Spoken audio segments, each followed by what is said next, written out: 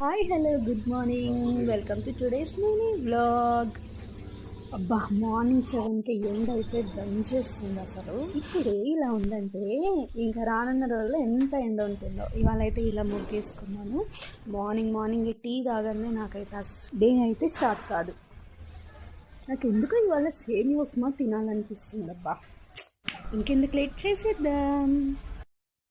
కొంచెం ఆయిల్ వేగిన తర్వాత అందులో సేమియా వేసి కొంచెం మంచిగా రోస్ట్ చేసుకోవాలి. ఆ తర్వాత ఆయిల్లో పప్పు దినుసులు, ఆనియన్స్, పచ్చిమిర్చి అన్నీ వేసి ఇందులో పుదీనా వేస్తే అసలు భలే టేస్ట్ ఉంటుంది. మా టెర్రస్ పై ఉన్న పుదీనా.